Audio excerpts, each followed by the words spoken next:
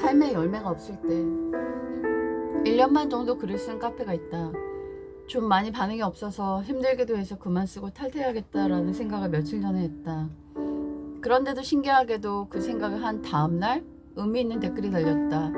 난 이 카페를 그만두려다가 구독자가 10명이 있어서 이분들이 그래도 읽어주고 계신데 그에 대한 책임감을 다해야겠다 해서 글을 썼는데 이런 감동 댓글과 만난 것이다. 만일 내가 전날 탈퇴했다면 이 진심과 만나지 못했을 것이고 이분 댓글 이후 다른 댓글로 저도 구독 중입니다 라는 샤이 댓글로 지지를 표현하는 분들이 계셨다. 성실한데도 최선을 다하는데도 꾸준히 노력하는데도 열매가 없다면 인간은 지치기가 쉽다. 보이는 게 없기 때문이다. 그래도 계속하다 보면 그 노력과 열정과 성실을 눈여겨보는 사람이 있을 것이다. 화상 논술을 시작하고 단 한 명의 학생이 신청해서 수업을 몇 달을 하다가 그만두었다. 45개의 자료와 33개의 고급 레벨 자료를 준비해뒀는데 좀 허탈해졌다. 그래도 쉬지 않고 독서하며 자료를 모았다. 또 한 명이 신청해서 다시 하게 된다. 보스턴의 한 건물에 이런 글귀가 써있다고 한다. 미래는 준비된 자의 것이다. 안녕하세요. 종종 쓰시는 글을 읽는 1인입니다. 생각하는 것을 글로 적지도 못하고 하루하루를 살아내는데 바빠 생각이라는 것을 안 하고 산지 꽤 된 듯합니다. 말하는 것도 잘 못하는 사람인지라 글쓴이님이 책을 읽고 실행해보겠다는 행동도 매번 글을 쓰시는 것도 대단하게 느껴집니다. 오늘도 좋은 하루 되세요. 아름다운 사람. 수업을 준비하다가 참 멋진 여성을 발견했다. 노벨상을 수여한 말랄라였다. 그녀는 파키스탄에서 태어났다. 그 나라 여자들에게는 교육을 시키지 않는다. 인도네시아에 갔을 때 그곳 선교사에게 들은 이야기가 생생히 기억이 난다. 그들은 일부 다처제인데도 남편이 아내를 가축 한 마리를 데리고 가서 젊은 아내를 사오면 집에 있는 나이 많은 아내들은 질투하지 않는다라고 한다. 한 명의 일꾼이 더 생겼다라고 생각한다고 한다. 여자들의 인권을 알 수 있는 대목이다. 거기서 수업을 해줬을 때도 여자들은 전부 문맹이었다.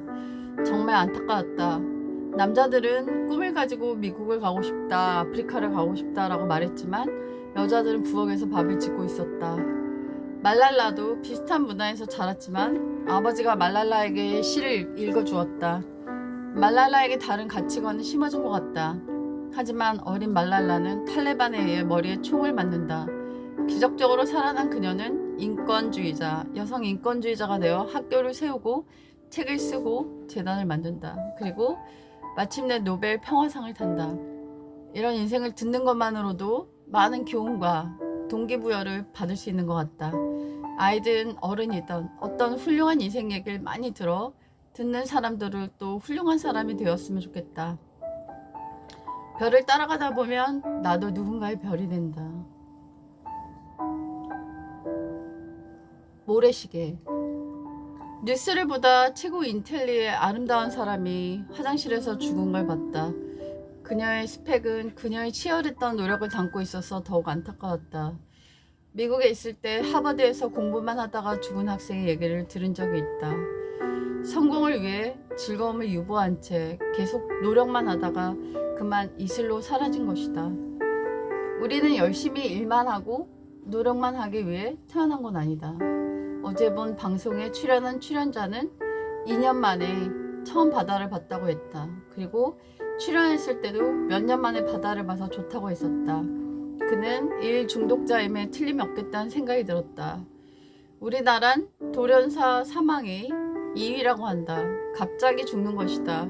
심지어 건강검진을 꾸준히 받은 분의 친척이 갑자기 돌아가셨다는 글들을 읽다 보면 자신의 운명을 거스릴 순 없다는 생각이 든다. 죽기 전에 하는 후에 더 사랑할 걸, 더 용서할 걸, 더 베풀 걸, 더 누릴 걸. 자신의 생명의 시간을 아는 사람은 단 한 명도 없다. 그저 일만 하다가 가는 인생은 없었으면 좋겠다.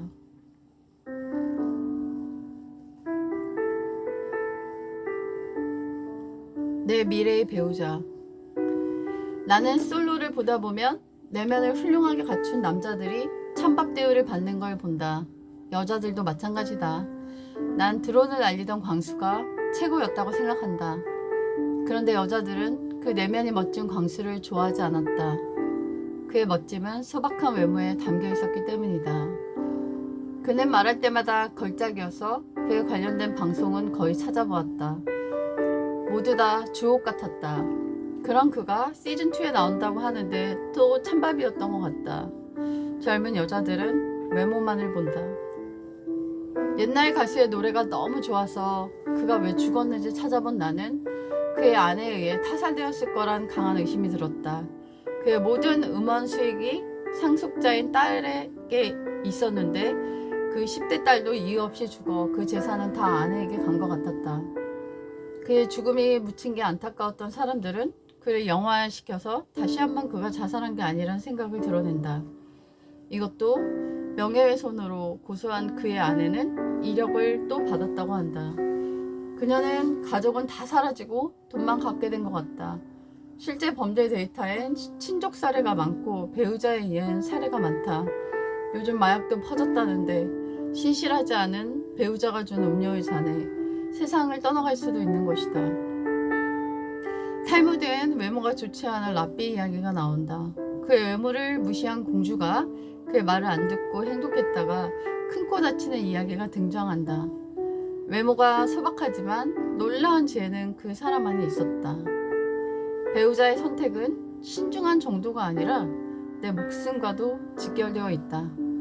외모는 아무리 뛰어나도 60대가 되면 다 평준화된다. 말하자면 이란 노래를 좋아했는데 의문사한 또 다른 가수가 생각나서 슬퍼진다.